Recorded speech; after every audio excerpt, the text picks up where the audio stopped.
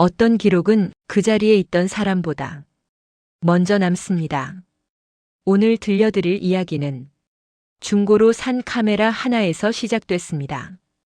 정확히는 그 카메라에 끼워져 있던 작은 메모리 카드에서요.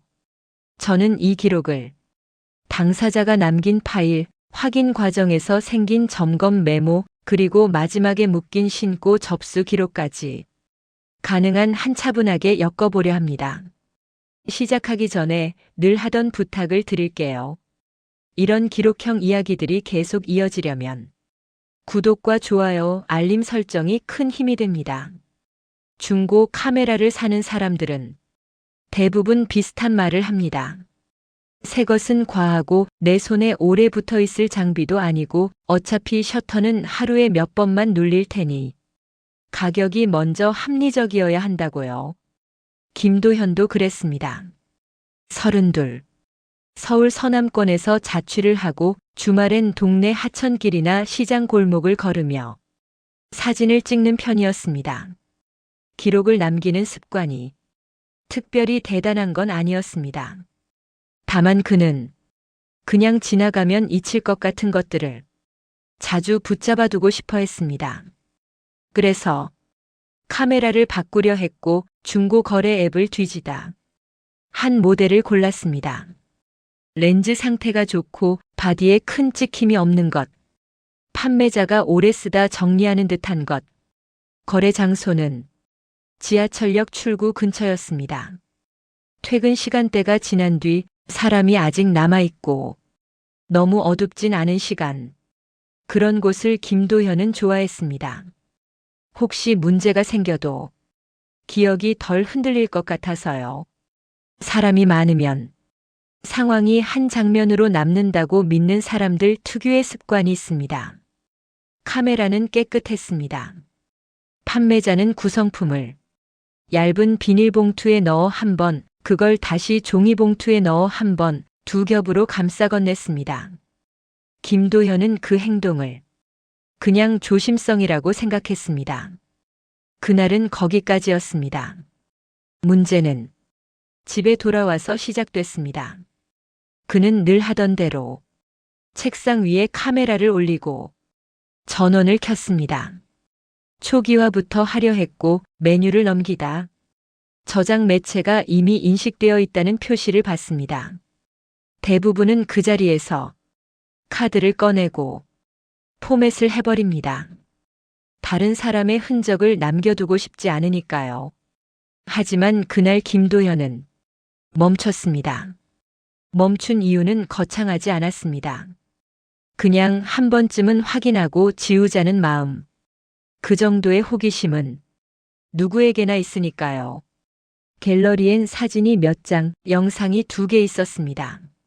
사진은 대부분 흐렸습니다. 벽, 조명, 손가락 끝, 초점이 튄 실내 컷들. 이런 건 흔합니다. 그래서 오히려 의심을 만들지 않습니다.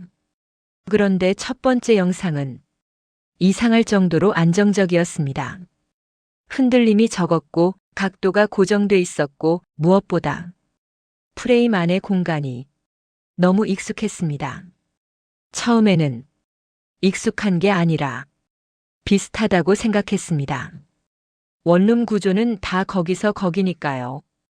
현관을 열면 신발장이 있고 옆에 작은 싱크대가 있고 그 뒤로 좁은 거실과 창이 이어지는 서울의 자취방들은 자꾸만 서로 닮아갑니다.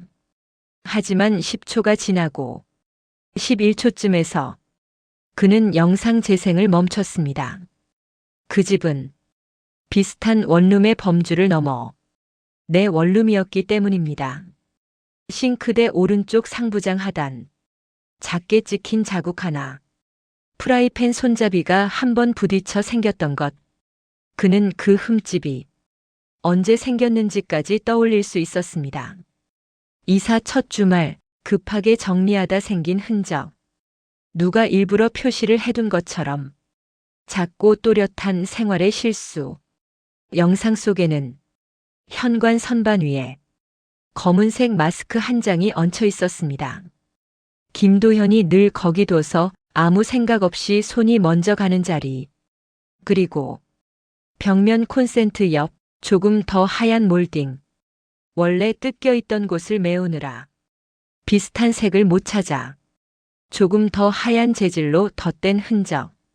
그는 그 몰딩을 붙이며 손가락에 접착제가 묻었던 감각까지 기억했습니다.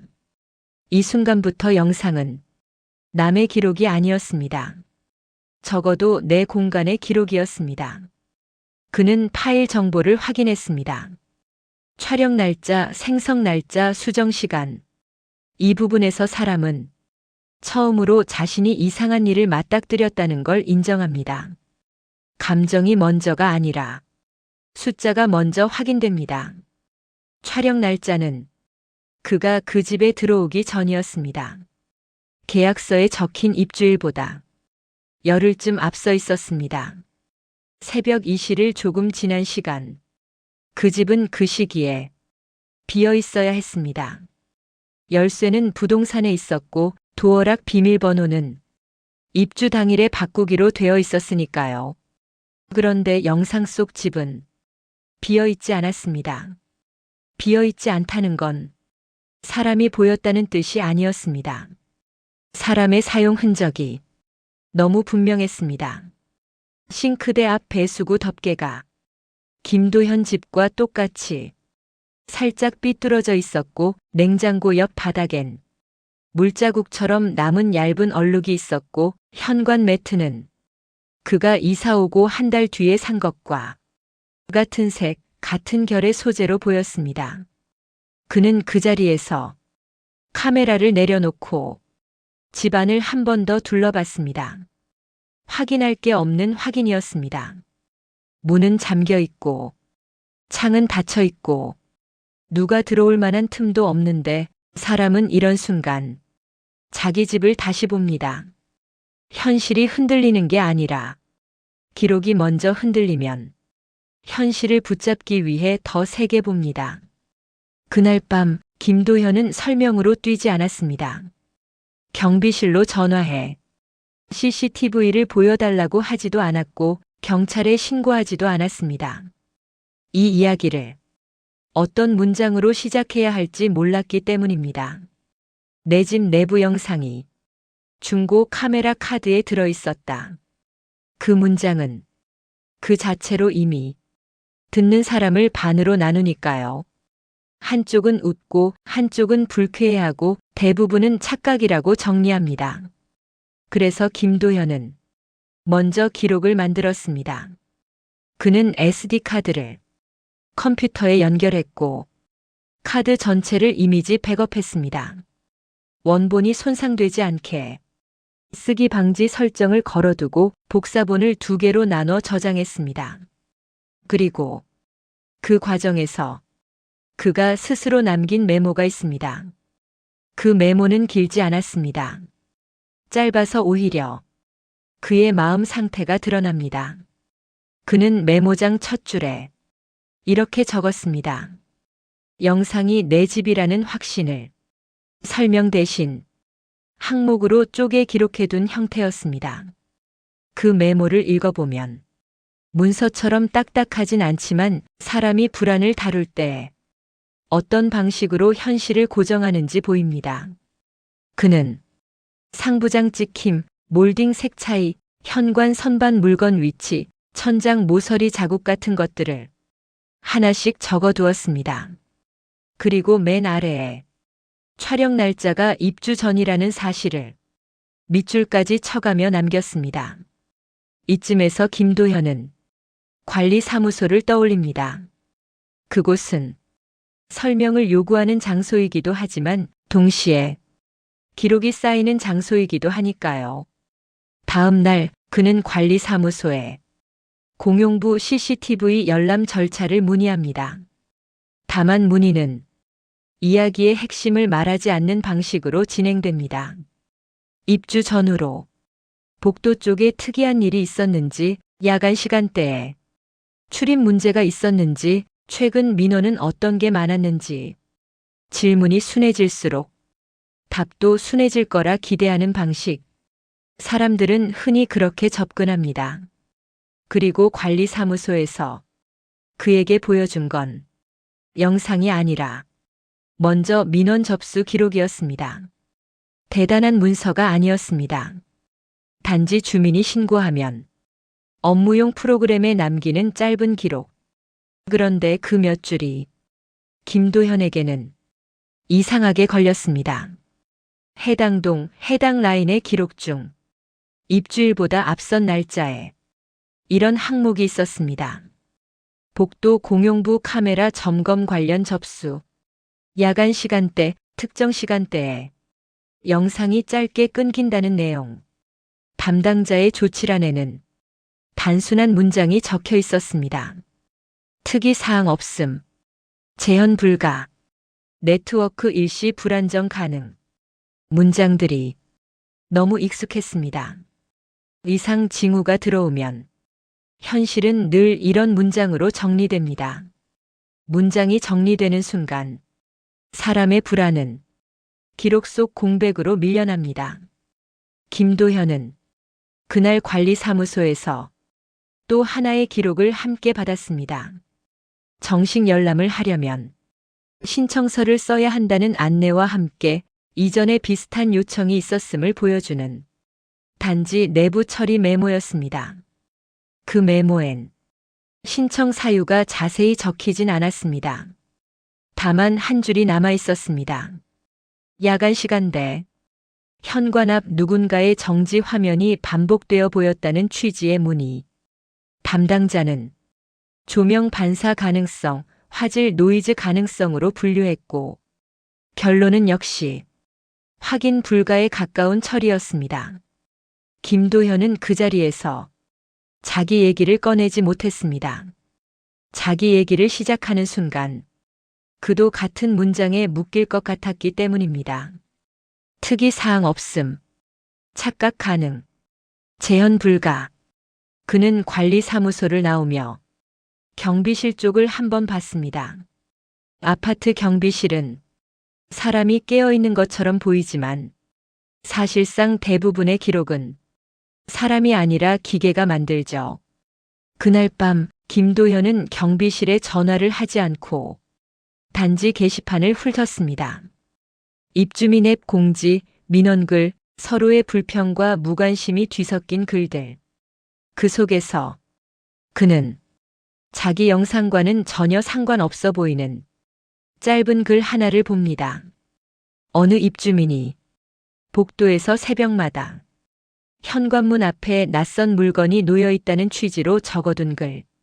그 물건이 무엇인지는 정확히 쓰지 않았고 글은 금방 내려갔습니다.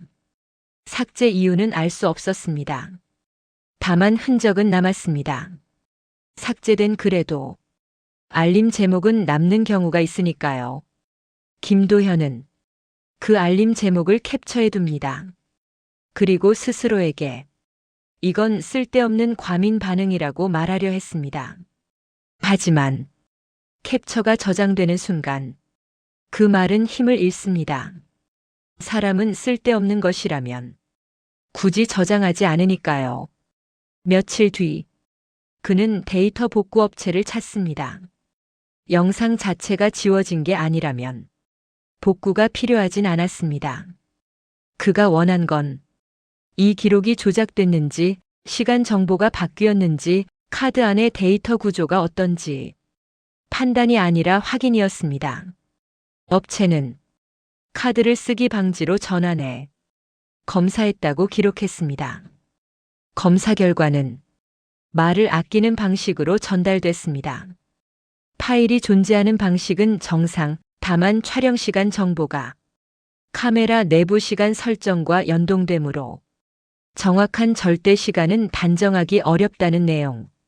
그러면서도 메모리 카드에 남은 폴더 생성 순서와 파일 생성 흐름은 인위적으로 뒤섞인 흔적이 뚜렷하지 않다는 취지의 짧은 내부 메모가 남습니다. 이런 기록들은 결정적으로 안심을 주진 못합니다. 하지만 완전히 착각이라고 밀어내기도 어렵게 만듭니다.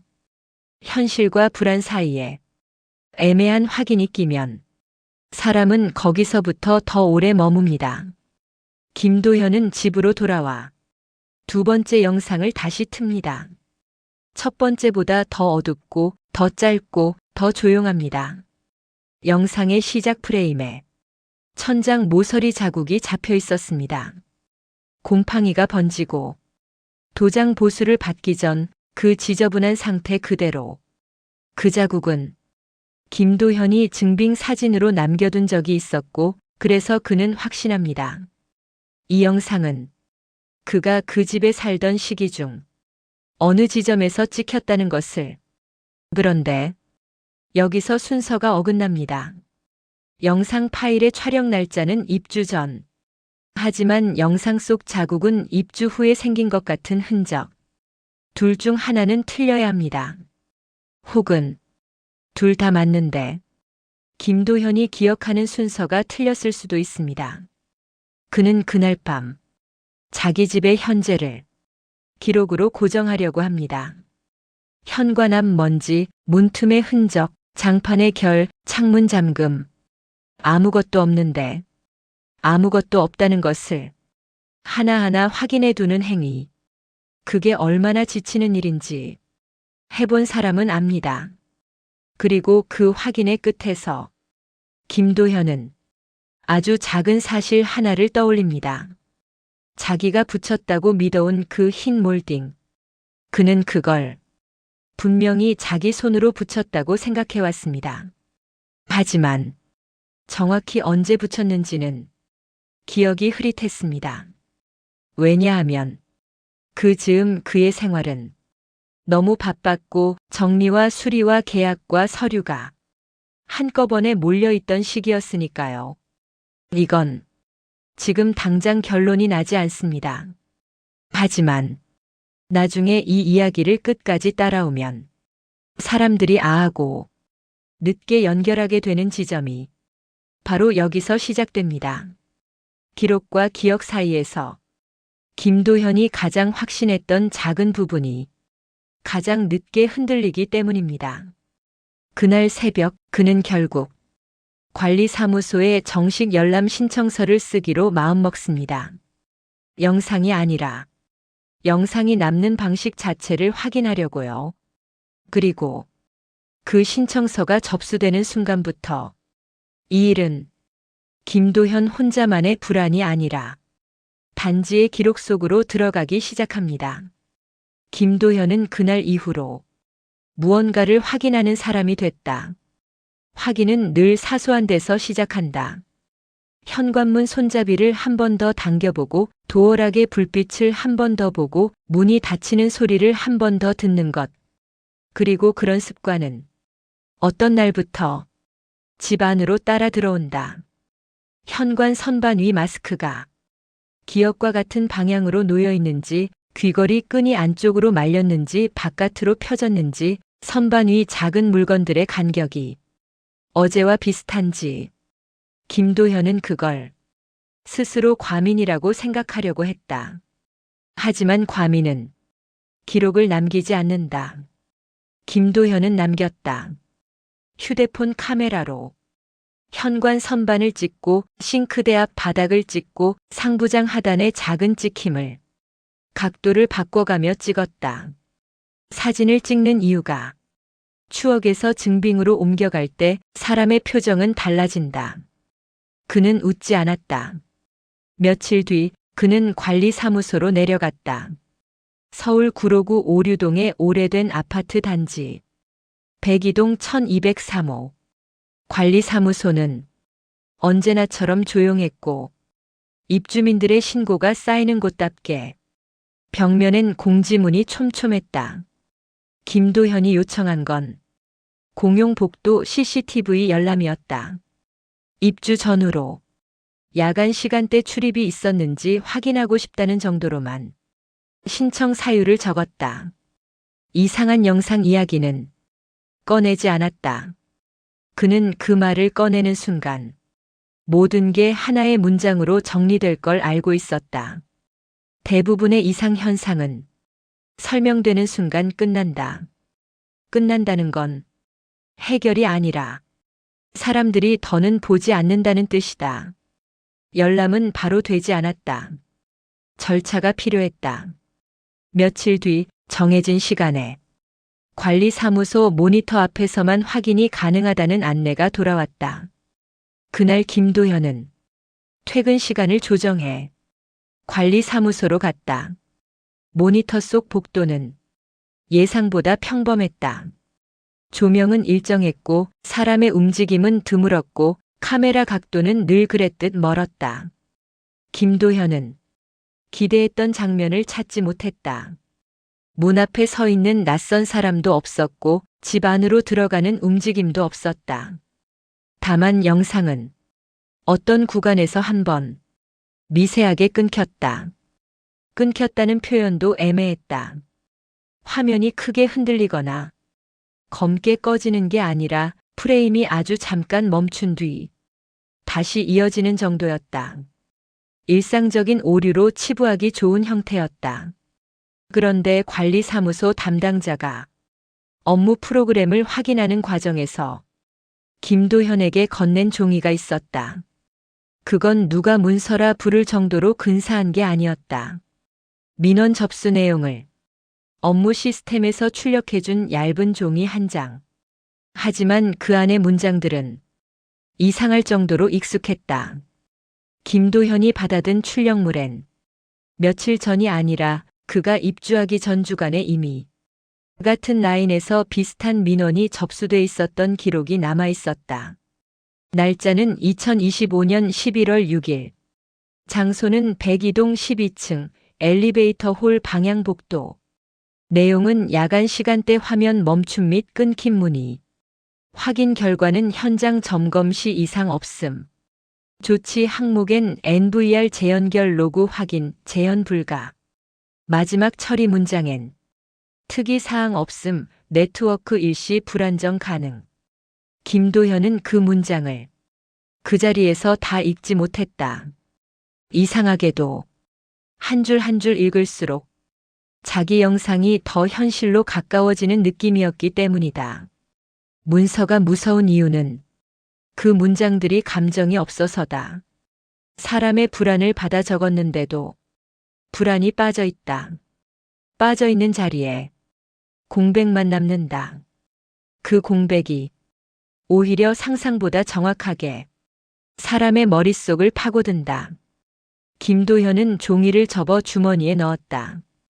관리사무소를 나서는 길에 경비실 창문 너머 모니터들을 한번 봤다. 사람이 깨어있는 것처럼 보이는 공간. 하지만 실제로는 기계가 기록을 만들고 사람이 그 기록을 정리하는 곳. 그날 밤 김도현은 집에 돌아와 중고 카메라의 영상을 다시 틀었다. 전날에는 찍힘과 몰딩이 먼저 보였는데 그날은 화면 속 조명이 미세하게 다르다는 게 먼저 들어왔다.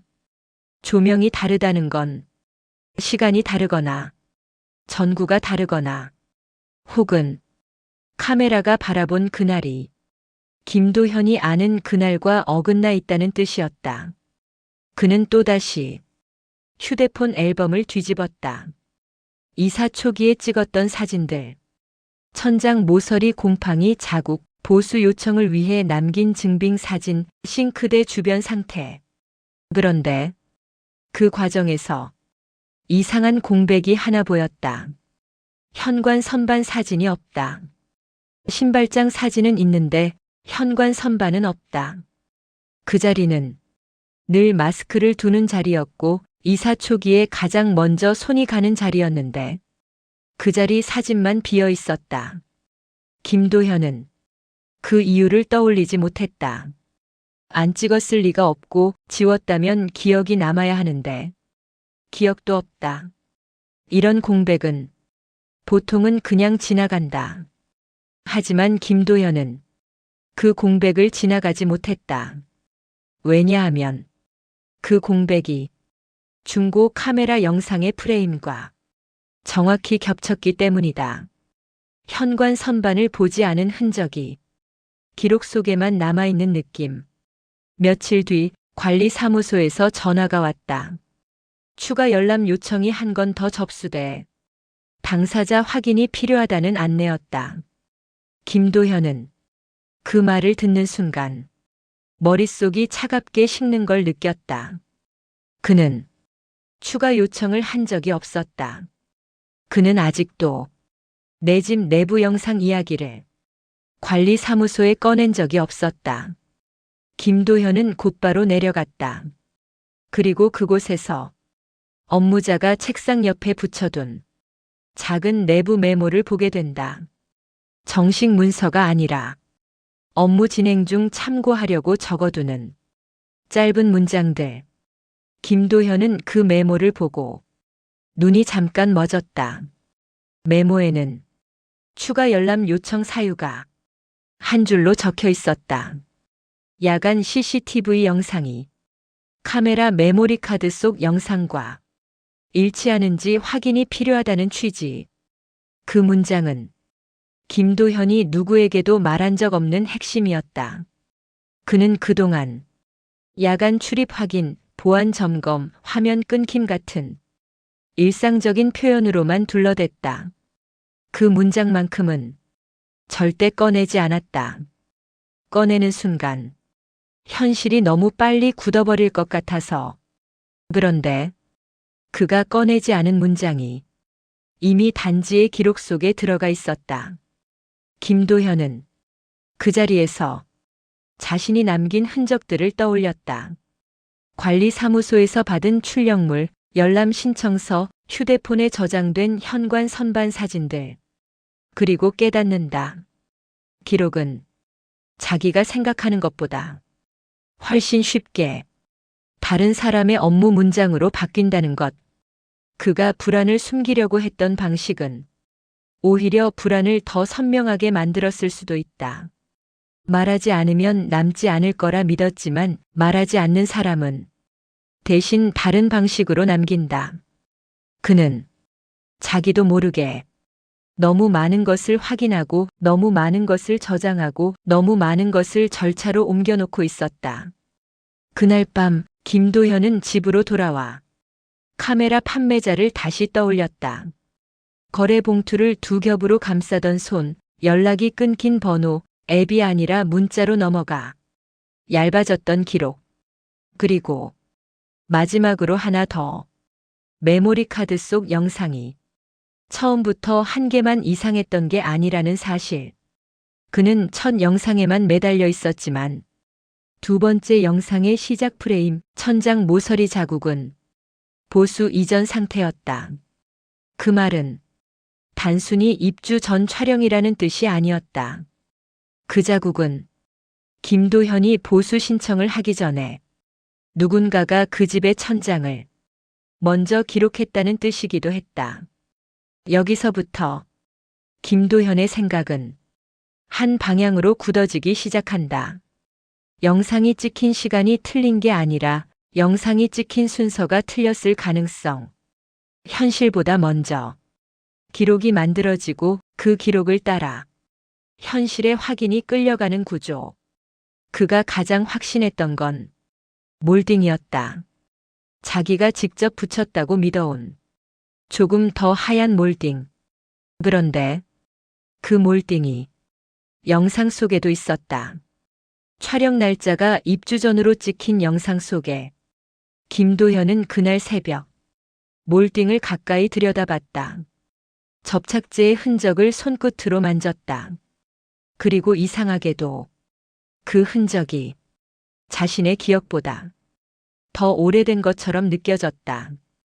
그는 그때 처음으로 이 일이 단지 누가 들어왔나의 문제가 아닐 수도 있다고 생각했다.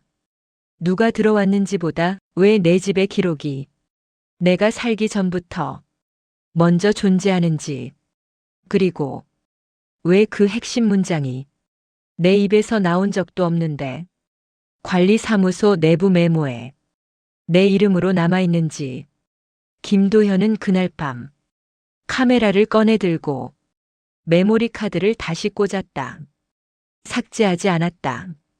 포맷도 하지 않았다. 그는 오히려 더 정확한 기록을 만들기로 했다.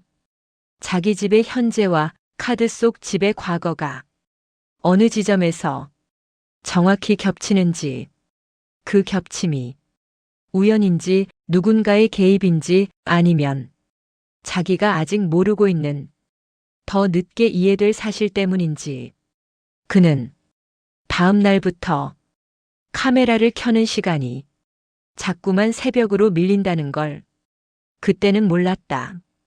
김도현이 처음으로 시간을 고정한 건 그날 밤 정확히 2시 3분이었다.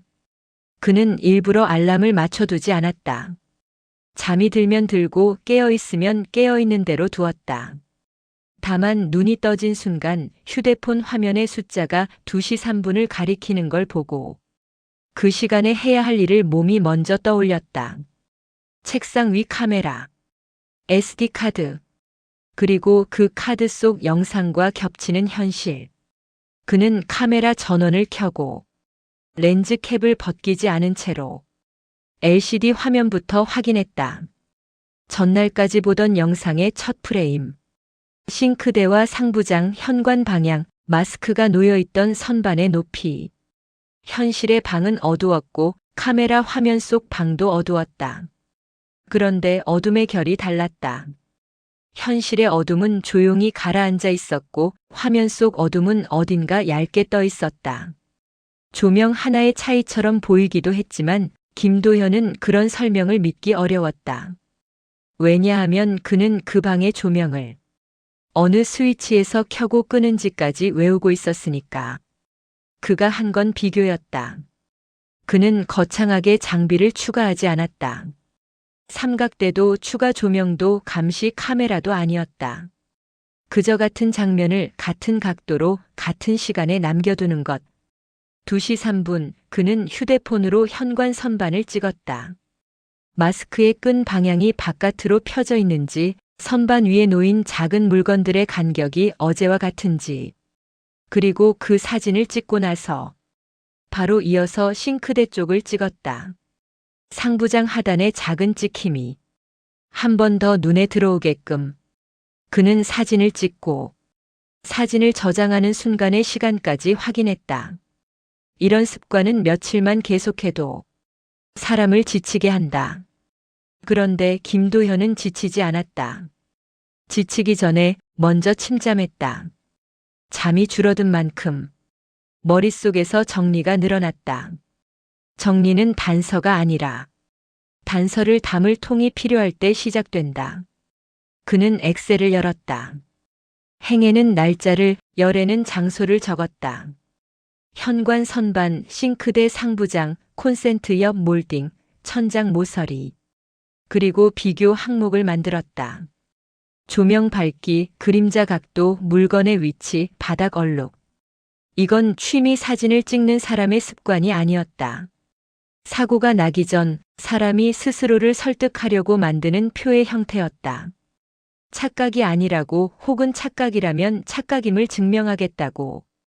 그가 처음으로 표에 기입한 문장은 단순했다. 2시 3분 현관 선반 마스크 끈 바깥. 영상과 동일. 이 문장을 적는 순간 김도현은 스스로도 알아차렸다. 동일이라는 단어가 그에게는 위로가 아니라 공포에 가까웠다는 걸. 동일하면 안 됐다. 그 영상은 애초에 그가 알던 순서로는 존재할 수 없는 기록이었으니까. 그런데 동일하다는 건 그 기록이 현실을 따라오는 게 아니라 현실이 기록을 따라가고 있다는 뜻처럼 느껴졌다. 그날 이후 김도현의 생활은 새벽을 중심으로 접혔다. 퇴근 후에는 일부러 현관 선반 위 물건을 더 정돈하지 않았다. 정돈하면 내가 만든 위치가 되고 정돈하지 않으면 원래 있던 위치가 된다. 그는 원래를 확인하고 싶었다. 원래가 무엇인지, 그 원래가 언제부터 원래였는지. 2시 3분 그는 천장 모서리를 올려다봤다. 그 곰팡이 자국은 보수 이후라. 겉으로는 말끔했지만 그는 보수 전 사진을 떠올릴 수 있었다. 그리고 메모리 카드 영상 속 자국은 그 보수 전 상태였다는 것도 그가 천장 모서리를 보는 시간이 길어지자 자연스럽게 한 가지가 따라왔다. 방 안에서 가장 오래 가만히 바라보는 시간이 늘었다. 가만히 바라보면 소리가 들린다. 들린다는 말은 새롭게 생긴다는 말이 아니라 평소에는 지나치던 게 분리돼 들린다는 뜻이다. 냉장고의 미세한 진동, 배수관을 타고 내려가는 물소리의 잔향, 복도에서 누군가 지나갈 때 현관문이 아주 얕게 울리는 감각. 그런 감각들이 하나의 사건으로 이어지지 않는다는 걸 김도현은 잘 알고 있었다. 하지만 잘 알고 있는 것과 무시할 수 있는 건 다른 문제였다. 그는 그날 2시 19분에 관리사무소에서 받았던 종이를 다시 펼쳤다. 야간 화면 멈춤 민원. 재현 불가. 특이사항 없음. 그 문장들 사이에는 설명되지 않는 공백이 늘 같은 위치에 있었다. 김도현은 그 종이를 보면서 문득 이상한 생각을 했다. 저 문장들은 없다를 말하는 것 같지만 사실은 있었다를 전제로 한다는 생각. 없다는 결론을 내리려면 무언가가 있었기 때문에 확인을 했을 테니까. 그는 다음 날 관리사무소에 다시 갔다. 추가 열람 요청 메모에 남아있던 그 문장 때문이었다. 카메라 메모리 카드 영상과 일치 여부 확인. 김도현은 그 문장을 자기 입으로 말한 적이 없었다. 그런데 그 문장이 이미 내부 메모에 적혀 있었다. 그가 먼저 확인한 건 자기 이름으로 접수된 기록들이었다. 관리사무소 담당자는 업무 화면을 넘기며 최근 민원 접수 내역을 보여줬다. 김도현은 그 화면에서 자기 호수 옆에 붙은 짧은 요약 문장을 보았다. 그 요약은 무심했다. 야간 복도 영상 확인 요청. 추가 열람 문의. 당사자 확인 필요. 그중 하나에는 처리 시간이 찍혀 있었다. 접수된 시각이 2시 6분으로 표시돼 있었다. 김도현은 그 숫자를 보고 말이 잠깐 막혔다. 2시 6분은 그가 잠든 시간일 수도 있고 깨어 있었던 시간일 수도 있었다. 문제는 그 시간대가 그가 매일 확인하던 시간과 너무 가까웠다는 점이었다. 그는 그날 밤 집으로 돌아와 자기 휴대폰 알림 기록을 뒤졌다. 관리사무소에 전화를 건 적이 있는지, 민원 앱에서 무엇을 눌렀는지, 혹시 자기도 모르게 추가 열람을 신청했는지 아무것도 없었다. 그 없음이 그에게는 이상하게 완전한 해명이 되지 않았다. 오히려 더 불편한 종류의 공백이었다.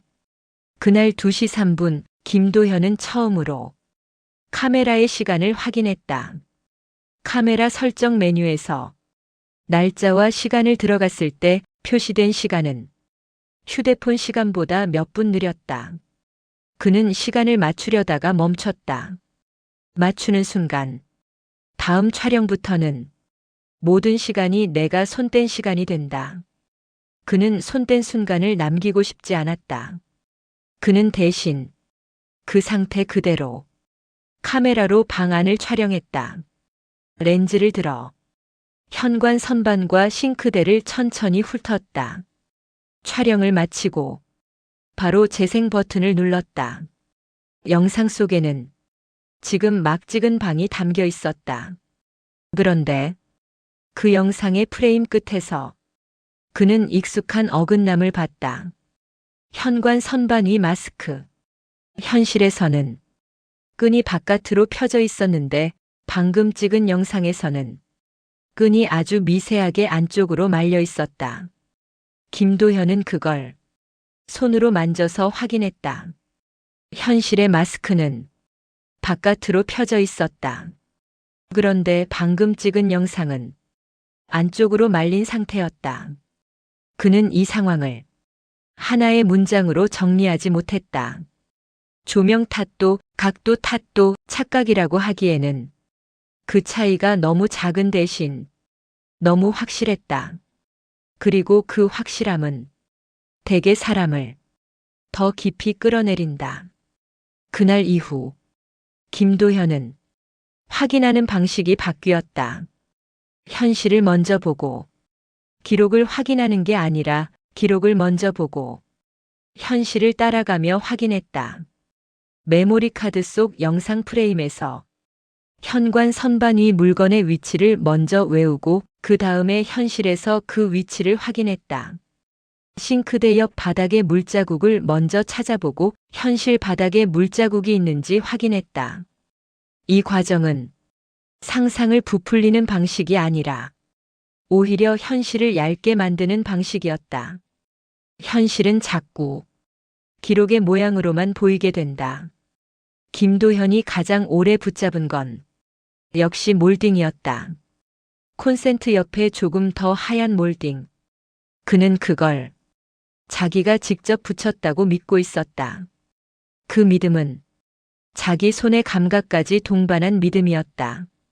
접착제가 손끝에 묻던 느낌, 몰딩을 누르던 힘, 붙이고 나서 멀리서 색이 떠 보이던 순간. 그런데 메모리 카드 영상 속에도 그 몰딩이 있었다. 입주 전 날짜로 찍힌 영상 속에 그는 결국 그 몰딩을 떼어낼 뻔했다가 멈췄다. 떼어내면 그 아래가 나온다. 그 아래가 나오면 확인이 될 수도 있다. 하지만 확인이 된다는 건 그때부터 다시는 예전으로 못 돌아간다는 뜻이기도 했다. 그래서 그는 떼어내는 대신 몰딩의 모서리를 손톱으로 아주 살짝 긁었다. 눈에 보이지 않을 정도로, 하지만 자기만 알 수 있을 정도로. 그날 2시 3분 김도현은 표에 한 줄을 더 적었다. 마스크 끈 방향. 현실 바깥 방금 촬영 안쪽.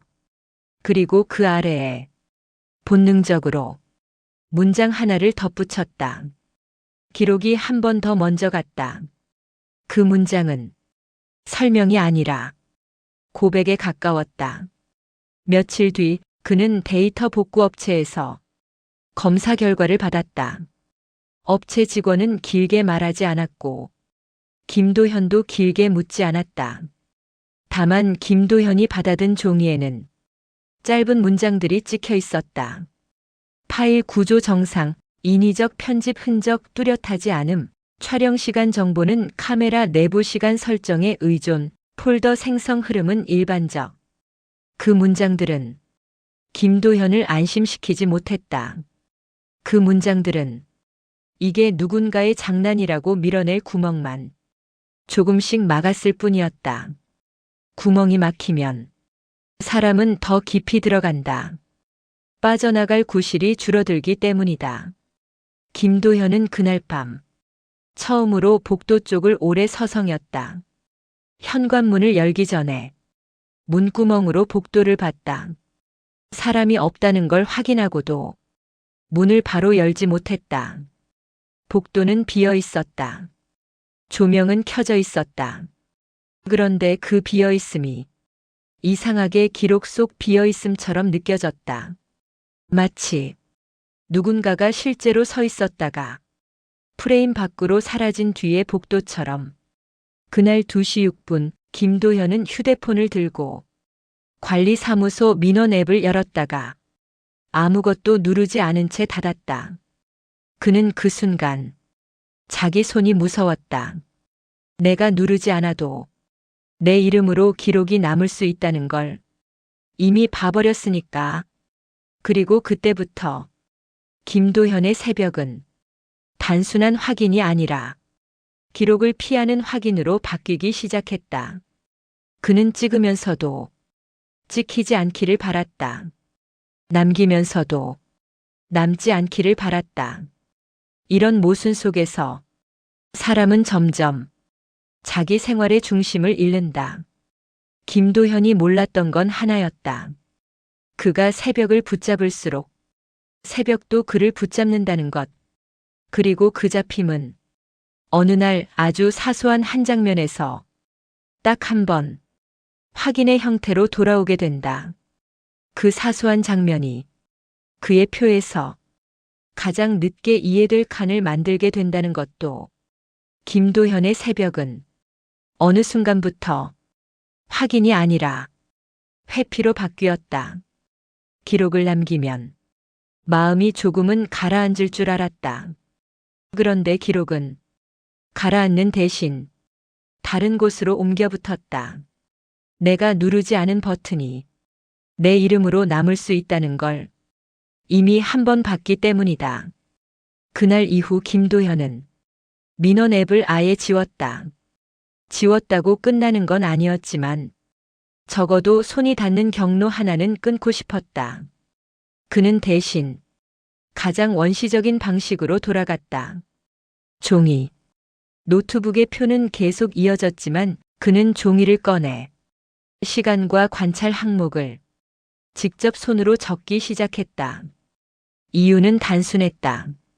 컴퓨터 파일은 어디로든 복사되고 어디로든 전달되고 누군가의 업무 화면에서 요약 문장으로 변한다.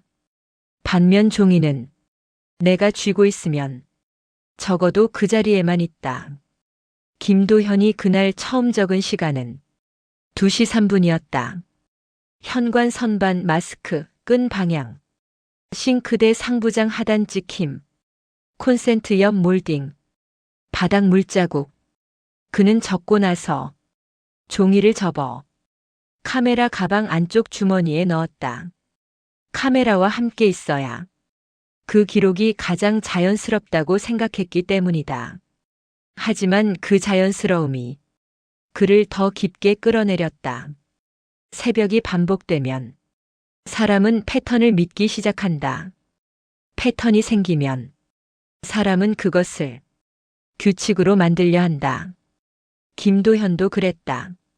그는 새벽마다 같은 동선을 밟았다. 2시 3분에는 현관 선반, 2시 6분에는 도어락, 2시 11분에는 싱크대, 2시 19분에는 천장 모서리.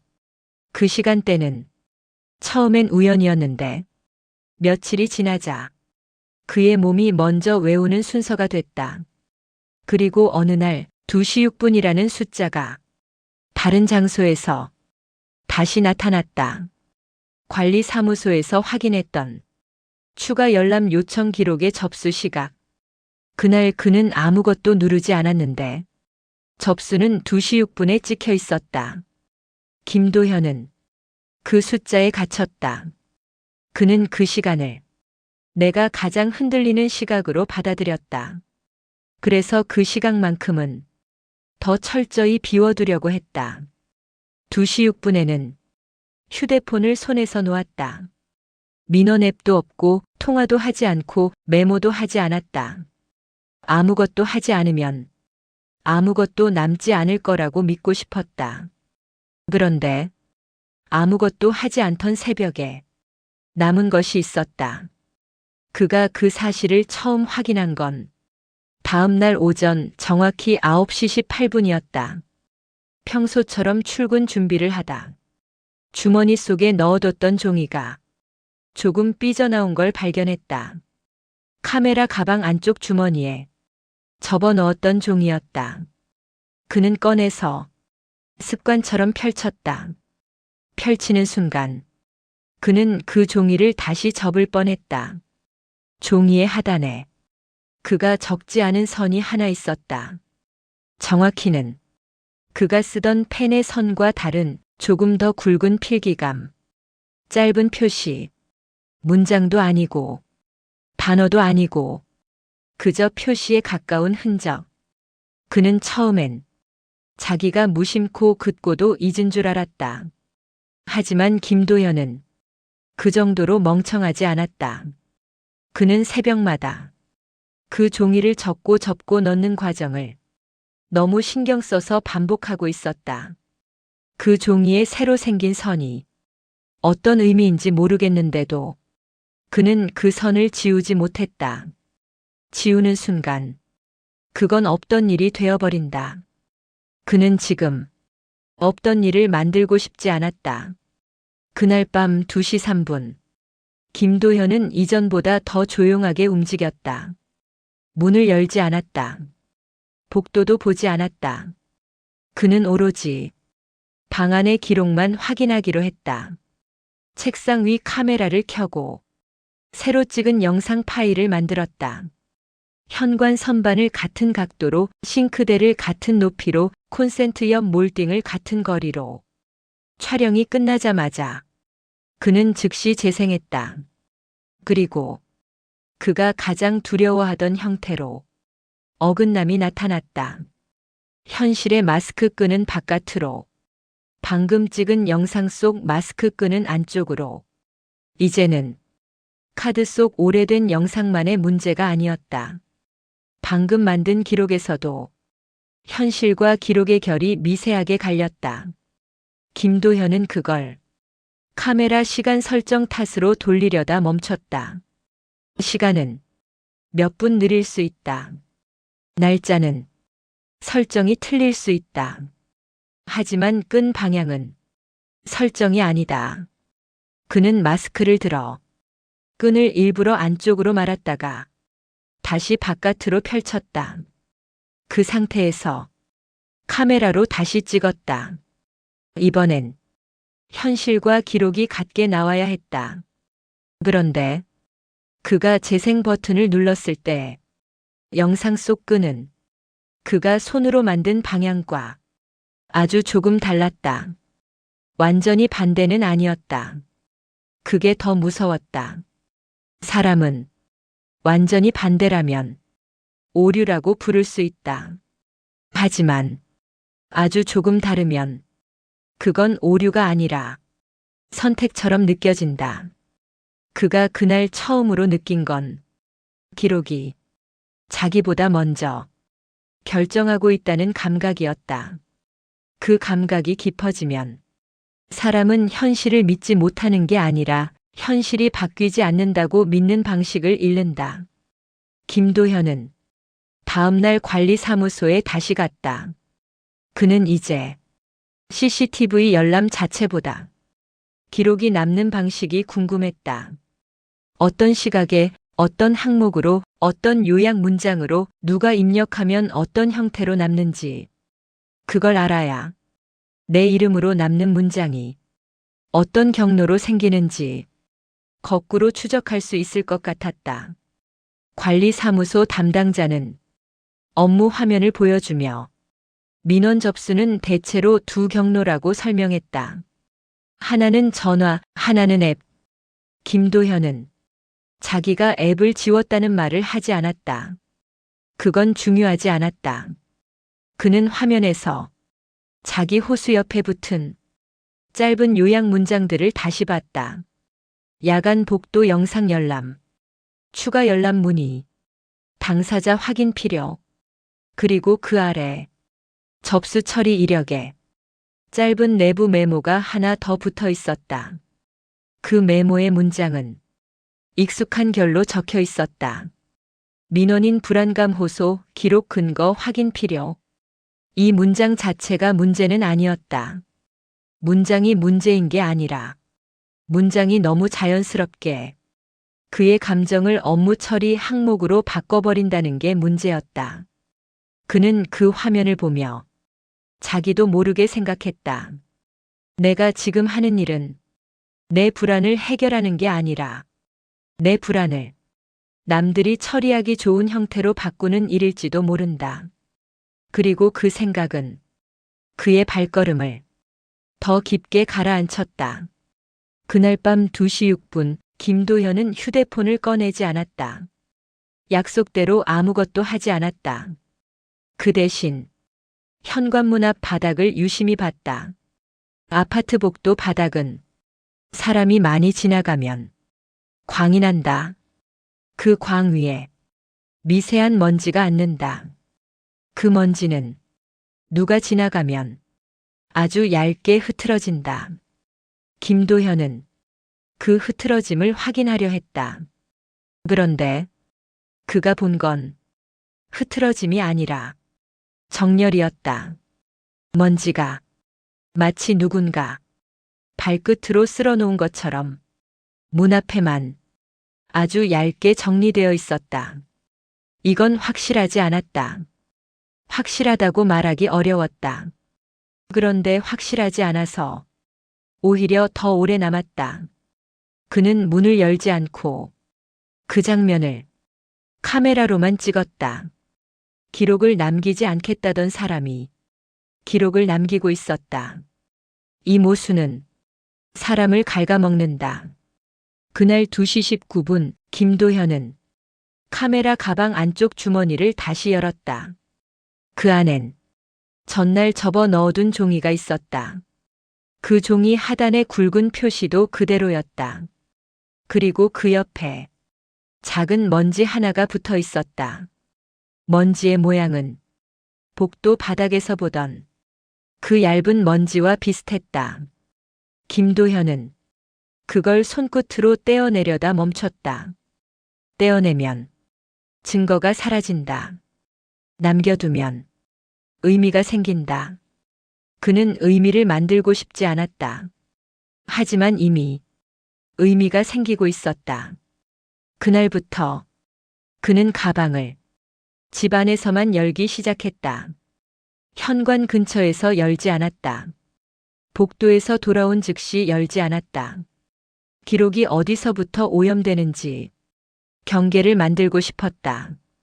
경계가 생기면 사람은 통제할 수 있다고 믿는다. 하지만 통제는 상대가 있어야 한다. 김도현은 자기가 무엇과 싸우고 있는지 여전히 몰랐다. 그저 기록이 현실보다 먼저 움직인다는 감각, 내 이름으로 내가 말하지 않은 문장이 남는다는 사실, 그리고 아주 작은 어긋남이 계속 반복된다는 것. 그런데 이 반복이 어느 날부터 내 집에서만 끝나지 않기 시작했다. 그 시작은 뜻밖에도 중고 카메라를 샀던 거래 기록에서였다. 그는 판매자의 번호가 끊긴 뒤 거래 앱의 채팅을 다시 찾아보려 했다. 앱에서 대화가 사라졌다면 그래도 거래 게시글 흔적이라도 남아있을 거라 생각했다. 하지만 게시글은 이미 내려가 있었다. 그건 흔한 일이다. 그런데 희한하게도 김도현의 휴대폰 갤러리엔 그 게시글을 캡처한 이미지가 한 장 남아 있었다. 그는 그 캡처를 찍은 기억이 없었다. 캡처가 찍힌 시간은 2시 3분이었다. 김도현은 그 숫자를 보는 순간 몸이 먼저 굳었다. 내가 잠들어도, 내가 깨어 있어도, 내가 아무것도 하지 않아도 그 시간은 어딘가에서 항상 뭔가를 남긴다. 그 캡처 화면에는 판매자의 닉네임 일부와 거래 장소 일부가 찍혀 있었다. 그리고 그 장소가 그가 기억하는 지하철역 출구가 아니라 오류동의 한 골목 이름으로 표시되어 있었다. 김도현은 자기 기억을 다시 떠올렸다. 사람이 오가는 역 앞, 불이 밝은 장소, 그곳에서 분명히 받았다. 그런데 기록은 다른 골목을 가리키고 있었다. 이때 김도현은 처음으로 자기 머릿속에서 한 줄의 가능성을 꺼내든다. 내가 믿고 있는 시작 장면이 처음부터 틀렸을 수도 있다. 그리고 그 틀림이 너무 늦게 이해되는 형태로 지금까지의 공백을 하나씩 연결할 수도 있다. 그는 그 생각을 종이에 적지 않았다. 엑셀표에도 쓰지 않았다. 그건 기록으로 만들기엔 너무 이른 문장이었다. 하지만 이 문장은 김도현의 침잠을 완전히 다른 방향으로 이끌었다. 이제부터 그는 집안이 아니라 집 밖의 동선까지 기록과 비교하기 시작할 거였다. 현실이 흔들리는 게 아니라 내가 믿던 현실의 처음이 흔들리는 방식으로. 그날 2시 3분 김도현은 카메라 전원을 끄지 못한 채 한참을 책상 앞에 앉아 있었다. 그리고 자기에게 가장 조용한 결론 하나만 남겼다. 이건 집안에서 끝나는 일이 아니다. 김도현이 집 밖으로 나가기로 한 건 그날 새벽이 아니라 그 다음 날 아침 9시 41분이었다. 새벽엔 늘 비슷했다. 2시 3분에 눈이 떠지고 기록을 확인하고 현실을 비교하고 어긋남을 삼키고 다시 눕는 것. 하지만 아침은 달랐다. 아침은 사람을 움직이게 만든다. 새벽엔 머리가 달아오르고 아침엔 몸이 결론을 내린다. 그 결론은 단순했다.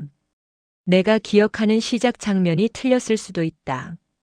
그리고 그 틀림을 확인하려면 집안을 계속 뒤지는 게 아니라 집 밖으로 나가야 한다.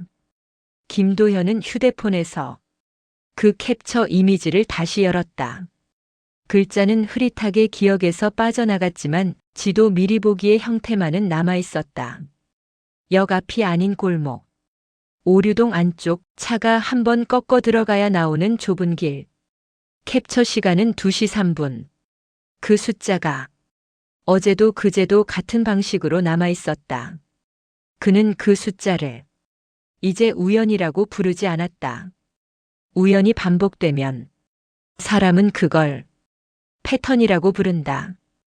김도현은 그 골목으로 갔다. 낮의 골목은 평범했다. 빨래가 걸린 창문, 낡은 간판, 골목 끝에 작은 슈퍼와 현관문 옆에 붙은 광고 전단들. 그는 그곳에서 딱 한 가지를 확인하려 했다. 그 골목이 기록 속 장소인지 아니면 기록이 만들어낸 아무 의미 없는 점인지. 그는 주변을 천천히 걸었다. 카메라를 목에 걸지 않았다. 그건 지금 필요한 도구가 아니었다. 지금 필요한 건 사람의 눈으로 보는 현장이었다. 골목 중간쯤에 작은 전자수리점이 하나 있었다. 낡은 유리문 너머로 선풍기와 라디오, 휴대폰 박스들이 쌓여 있는 가게. 그 앞에 방범용 카메라가 달려 있었다. 김도현은 그 카메라를 보고 발걸음을 멈췄다. 여기서부터는 말이 필요해진다. 하지만 김도현은 말을 최대한 얇게 만들었다. 중고 거래 확인, 거래 장소 기록 확인, 그 정도의 이유. 가게 안쪽의 주인은 영상은 쉽게 보여줄 수 없다는 쪽으로 기울어 있었다. 개인정보가 얽히는 문제고 괜히 엮이면 귀찮아지는 일이라는 태도. 그건 이상하지 않았다. 사람들은 대개 문제의 중심에 서고 싶어 하지 않는다. 대신 김도현은 다른 흔적을 찾았다. 영상이 아니어도 가게들은 각자 기록을 남긴다. 현금 영수증, 택배 수령표, 수리 접수장, 그리고 가게 앞을 스쳐간 민원들까지. 그 가게의 한쪽 벽면에는 동네에서 흔히 볼 수 있는 얇은 종이들이 핀으로 꽂혀 있었다. 분실물 안내, 택배 오배송, 밤 시간대 소음 주의. 그 중 하나가 김도현의 눈에 걸렸다. 야간 시간대 정체불명 신고 관련 협조 요청. 표현은 과격하지 않았지만 문장이 가진 결이 관리사무소 출력물의 문장과 비슷했다. 특이 사항 없음으로 정리되기 전에 협조라는 형태로 남아있는 종이였다. 김도현은 그 종이를 오래 보지 않았다.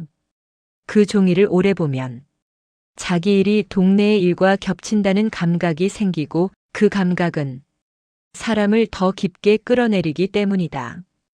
그는 골목 끝까지 걸었다. 그리고 한 번 더 꺾였다. 거기엔 작은 무인 택배함과 낡은 주차 차단기 그리고 도로 반사경이 하나 있었다. 반사경은 낮에도 사람을 비춘다. 그냥 비추는 게 아니라 왜곡된 형태로 비춘다.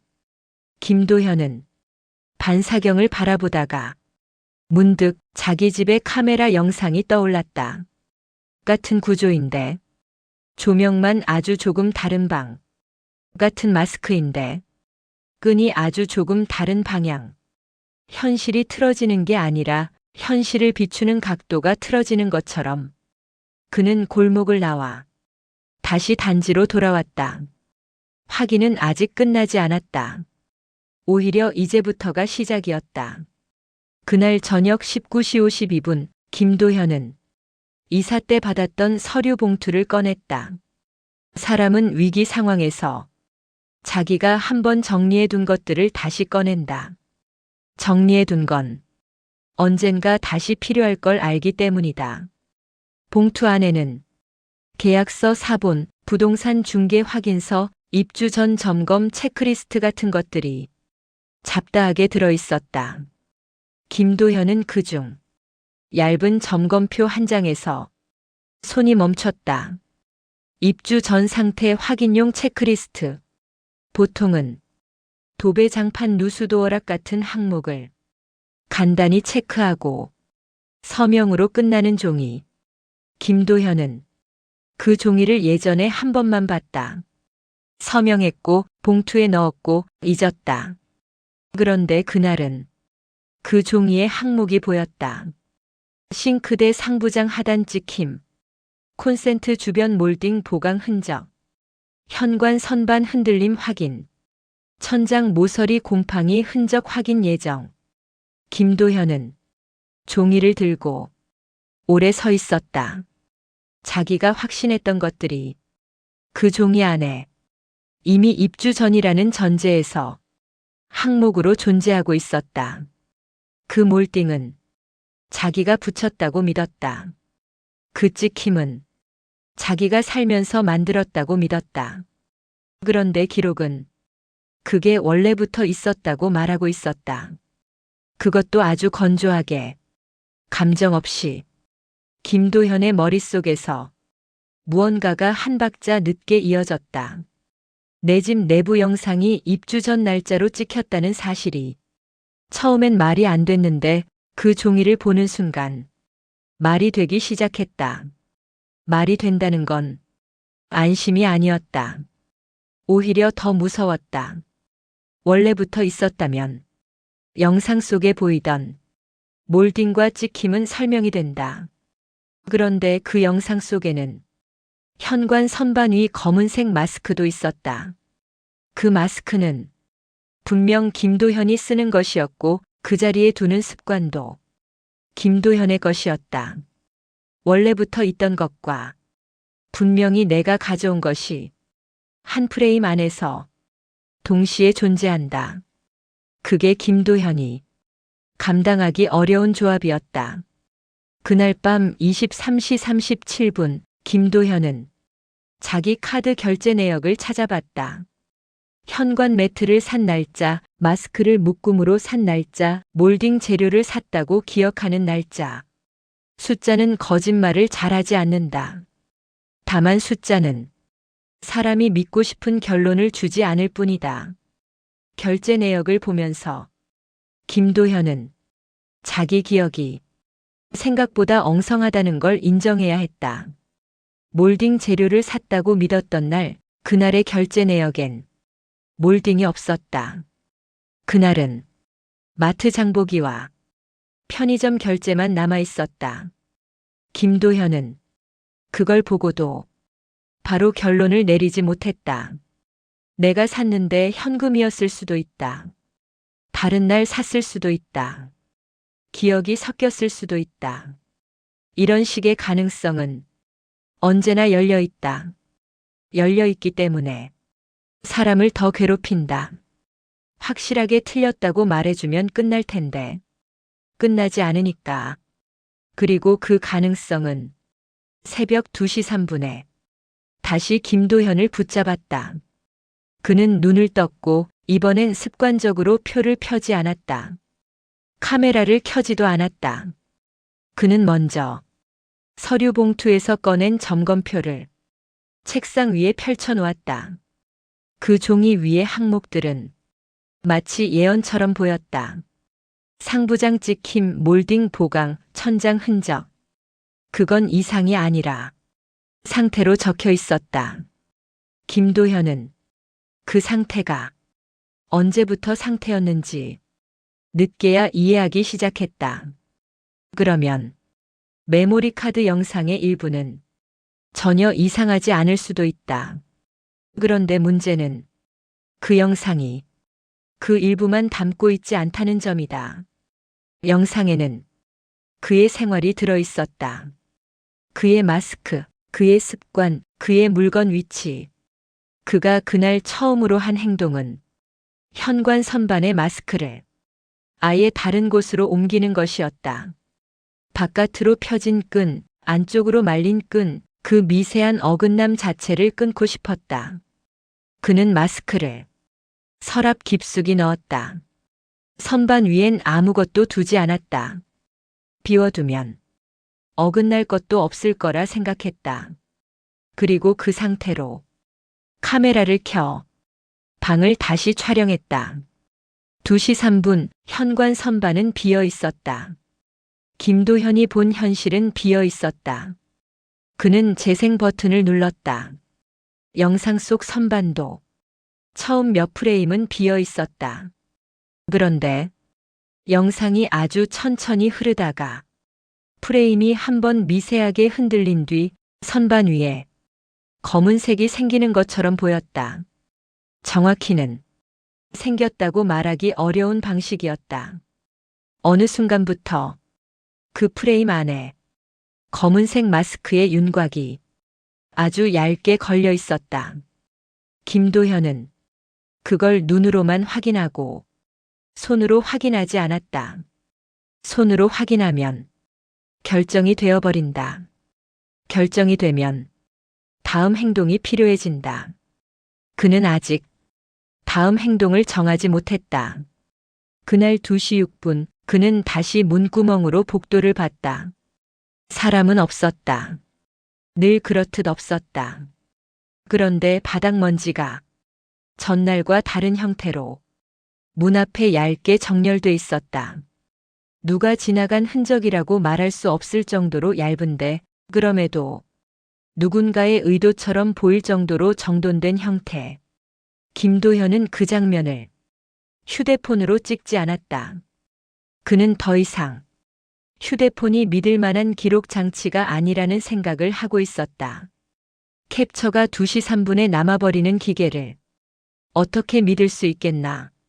대신 그는 중고 카메라로만 그 장면을 찍었다. 메모리 카드가 끼워진 그 카메라로만. 그리고 그 선택이 김도현에게는 확신에 가까운 감각을 남겼다. 이 카메라가 내 기록을 삼키고 있다.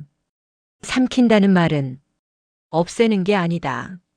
내가 만든 시간과 내 습관을 내가 모르는 방식으로 다른 기록과 섞는다는 뜻이다. 그는 그날 새벽 처음으로 신고라는 단어를 떠올렸다. 단지 민원이나 열람 신청 같은 절차 말고 진짜 신고. 그런데 신고는 결국 문장이 된다.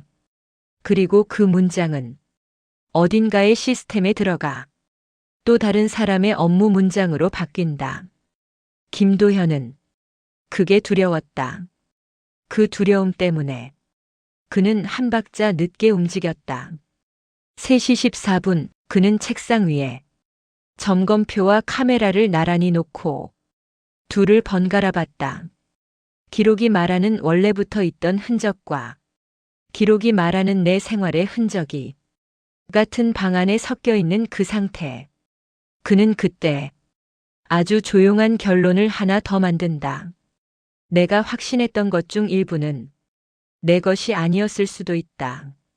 그런데 내가 확신하지 않았던 것 중 일부는 이미 내 것이 되어 있었다. 이런 결론은 사람을 멈추게 하지 않는다. 오히려 다음 확인을 강제한다. 김도현은 이제 거래 장소를 다시 확인해야 했다. 역 앞이라고 믿었던 기억과 골목을 가리키는 기록 중 어느 쪽이 시작인지, 그리고 그 시작이 바뀌면 지금까지의 공백들이 전혀 다른 방향으로 연결될 수도 있다. 그는 다음 날 정확히 18시 30분에 그 골목으로 다시 갈 준비를 했다. 이번엔 그냥 걸어가서 둘러보는 게 아니라 자기 손에 남은 기록들을 가지고 중고 거래 캡처, 입주 전 점검표, 메모리 카드 영상의 첫 프레임. 그걸 들고 나가면 이제 이 일은 집안의 불안이 아니라 집 밖의 흔적으로 바뀔 것이다. 김도현은 그 순간 자기가 이미 어느 선을 넘었다는 걸 알았다. 해결을 찾는 선이 아니라 기록이 더 깊어지는 선. 그날 새벽 2시 3분 김도현은 마지막으로 스스로에게 이렇게 남겼다. 이제는 내가 기억하는 시작이 아니라 기록이 가리키는 시작으로 다시 가야 한다. 김도현이 다시 그 골목으로 나간 건 그가 마음속으로 정해둔 시간 18시 30분이었다. 밤이 아니라 저녁이었다. 어둠이 완전히 내려오기 전, 사람이 아직 골목을 지나고 누가 봐도 이상하지 않은 시간. 그는 일부러 그 시간을 골랐다. 새벽의 일은 새벽에만 커진다. 저녁에 보면 같은 골목도 덜 흔들릴 거라고 믿었다. 하지만 골목은 사람이 믿고 싶은 만큼만 현실에 머물러 주지 않았다. 그가 도착한 곳은 휴대폰 캡처 속 지도 미리 보기와 닮아 있었다. 역 앞이 아니라 골목. 한 번 꺾고 다시 한 번 꺾어 들어가는 길. 반사경이 달린 모퉁이. 낡은 택배함. 그리고 건물 벽면 위에 달린 작은 방범 카메라. 김도현은 그 카메라를 오래 봤다. 카메라가 보고 있는 곳이 어디인지, 각도가 얼마나 넓은지, 그 시야에 자신이 설 수 있는 지점이 어딘지. 그는 카메라 화면을 보여달라고 요구하지 않았다. 이제는 안다. 요구하는 순간 이 일은 보여줄 수 없음으로 정리된다. 보여줄 수 없음은 해결이 아니라 사람이 더는 묻지 않게 만드는 방식이다. 대신 그는 주변 상점들의 다른 기록을 찾았다. 골목 입구 쪽 작은 편의점. 그는 그곳에서 결제 시간을 확인할 수 있으면 자기 새벽이 정말 새벽이었는지 알 수 있을 거라 생각했다. 하지만 그 생각은 그곳에 도착한 순간부터 조금씩 무너졌다. 편의점의 영수증 출력기는 어떤 것을 정확히 남기고 어떤 것은 남기지 않는다. 현금 결제, 간편 결제, 카드 결제. 그리고 무엇보다 결제가 없었던 시간은 어떤 방식으로도 확인되지 않는다. 김도현이 집으로 돌아온 건 20시 7분이었다. 저녁의 확인은 새벽처럼 선명한 결론을 주지 못했다. 주지 못했다는 건 그날을 끝내지 못했다는 뜻이었다. 그날 밤 그는 다시 2시 3분에 깼다. 이번엔 깬 순간부터 카메라를 켜지 않았다. 그는 먼저 책상 위 서류 봉투를 열었다. 입주 전 점검표, 계약서 사본, 중개 확인서. 그 중에서 그가 전날 밤부터 계속 붙잡고 있던 한 장 입주 전 점검표를 꺼냈다. 종이는 얇았고 체크 항목은 건조했고 그 항목들은 사람의 불안을 다루지 않는 방식으로 정리돼 있었다. 싱크대 상부장 하단 찍힘, 콘센트 주변 몰딩 보강 흔적, 천장 모서리 흔적, 현관 선반 흔들림 확인. 김도현은 그 종이를 들여다보다가 처음으로 서명란을 제대로 봤다. 이상하게도 그전까지는 서명란이 그의 눈에 들어오지 않았다. 사람은 흔적을 볼 때 항상 자기가 두려워하는 부분만 본다. 그는 찍힘과 몰딩을 두려워했고 서명은 두려워하지 않았다. 그런데 그날 서명란의 글씨는 그의 손글씨와 닮아 있었다. 완전히 같다고 말하긴 어려웠다. 그렇기 때문에 더 무서웠다. 완전히 같다면 조작일 수도 있다. 하지만 닮아 있다는 건 기억의 영역까지 흔든다. 김도현은 그 종이를 손전등 빛에 비춰가며 연필 자국처럼 눌린 흔적까지 살폈다. 서명 위에 덧그은 펜의 압력, 종이가 눌린 방향. 그 흔적들은 누군가가 그럴듯하게 만든 것보다 훨씬 생활감이 있었다. 그는 그때 관리사무소에서 받았던 출력물을 떠올렸다.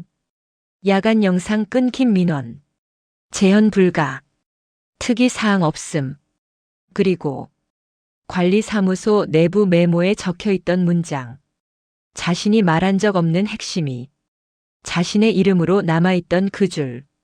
그 모든 문장들이 한 방향으로만 정리되기 시작했다. 기록은 한 번 생기면 저절로 이어진다. 누가 일부러 이어붙이지 않아도 형식이 사람을 이어붙인다. 김도현은 그 사실을 뒤늦게 이해했다. 자신이 겪은 건 누가 집에 들어왔느냐의 문제가 아니라 자신의 이름이 어디까지 기록으로 확장되었느냐의 문제일지도 모른다는 것. 그날 2시 17분 그는 관리사무소로 내려갔다. 심야의 관리사무소는 닫혀 있었다. 하지만 경비실은 켜져 있었다. 김도현은 문을 두드리지 않았다. 그는 그저 창문 너머로 출입 대장 같은 것들이 놓여있는 자리를 봤다. 사람이 기록을 쓰는 곳에는 언제나 종이가 있다. 김도현이 그날 실제로 확인한 건 경비실이 아니라 현관 앞이었다. 2시 23분 그는 현관문을 열기 전에 문 아래 틈과 바닥 먼지를 봤다. 먼지는 또 정렬되어 있었다. 발자국은 없었다. 누군가 지나갔다고 말하기엔 너무 얇고 너무 조용했다. 그런데 정렬의 모양이 전날과 달랐다. 전날은 문 앞에만 가지런히 정돈된 느낌이었다면 그날은 정돈된 선이 문 바깥으로 이어지는 것처럼 보였다. 김도현은 그 선을 따라 문구멍으로 복도를 봤다. 사람은 없었다. 복도는 늘 그렇듯 비어 있었다.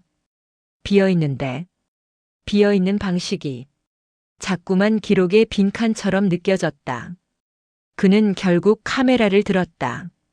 휴대폰이 아니라 중고로 샀던 그 카메라.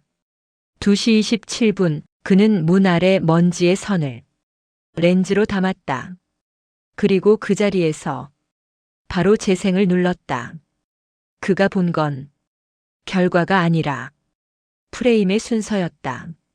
현실에서 선은 현관문 바깥에서 시작해 안쪽으로 들어온 것처럼 보였다. 그런데 카메라 재생 화면에서 선은 안쪽에서 시작해 바깥으로 나가는 것처럼 보였다. 그 차이는 각도 탓일 수도 있다. 시야가 좁아서 생기는 착시일 수도 있다. 하지만 김도현은 그 차이를 설명으로 묻어둘 수 없었다. 왜냐하면 그의 새벽은 이미 설명을 넘어 시간으로 고정돼 있었기 때문이다. 그날도 결국 2시 3분에서 시작했고 모든 흔들림은 그 시간대를 중심으로 돌아왔다. 그리고 그날 새벽에 가장 결정적으로 그의 숨을 멎게 한 건 카메라 속 메모리 카드였다. 김도현은 카드를 꺼내 컴퓨터에 연결했다. 파일 목록은 어제와 크게 다르지 않았다. 그런데 목록 맨 아래에 새 파일이 하나 생겨 있었다. 그는 파일명을 읽지 못했다. 읽지 못했다기보다 읽으려 하지 않았다. 파일의 생성 시간이 2시 6분으로 찍혀 있었기 때문이다. 그는 그 시간에 아무것도 하지 않기를 선택했던 사람이다. 민원 앱도 지웠고 휴대폰도 내려놨고 메모도 하지 않았다고 믿었다. 그런데 파일은 그의 믿음과 무관하게 그 시간에 생성되어 있었다. 김도현은 그 파일을 열었다. 영상은 짧았다. 프레임은 흔들리지 않았고 각도는 익숙했다. 싱크대와 상부장, 콘센트 옆 몰딩, 현관 선반. 선반은 비어 있었다. 그가 마스크를 서랍에 넣은 뒤로 그 선반은 비어 있어야 했다. 영상도 처음엔 비어 있었다. 하지만 프레임이 아주 미세하게 멈칫한 뒤 선반 위에 검은 윤곽이 아주 얕게 걸렸다. 완전한 형태가 아니었다. 그래서 더 불길했다. 그건 무언가가 있다가 아니라 무언가가 들어오고 있다처럼 보였기 때문이다. 김도현은 그 순간 입주 전 점검표의 서명란이 왜 그렇게 닮아 있었는지, 관리사무소 내부 메모가 왜 그의 말을 대신했는지, 거래 장소 캡처가 왜 2시 3분에 남아 있었는지 이제야 한 줄로 이어지는 감각을 받았다. 그 감각은 확신이라기보다 뒤늦은 연결이었다. 그는 자기 이름이 기록으로 남는 방식에 이미 오래전부터 끼어 있었을지도 모른다. 처음부터 누군가가 자신을 노렸다는 말이 아니다. 그보다 더 불편한 가능성. 자신이 모르는 사이에 자신의 생활이 누군가의 절차와 문장 속으로 너무 자연스럽게 들어가 있었던 가능성. 그는 자신이 확신했던 내가 붙였다, 내가 만들었다, 내가 처음이다 같은 문장들이 실은 기록으로 확인되지 않는다는 걸 늦게 이해하고 있었다. 그리고 그 이해는 그를 안심시키지 못했다. 왜냐하면 이제 기록은 그의 기억을 넘어 그의 시간을 대신하기 시작했기 때문이다. 김도현은 그날 새벽 카메라 전원을 끄지 못했다. SD카드를 빼지 못했다. 카메라를 버리지도 못했다. 버리는 순간 끝날 것 같았는데 끝난다는 게 해결이 아니라 확인할 수 없음으로 바뀌는 것일 수도 있다는 걸 이미 알고 있었기 때문이다. 그는 3시 33분에 책상 위 종이를 꺼냈다. 직접 쓰던 그 종이, 하단에 굵은 표시가 있던 종이, 그 종이 아래에도 새 표시가 하나 더 생겨 있었다. 문장은 아니었다. 단어도 아니었다.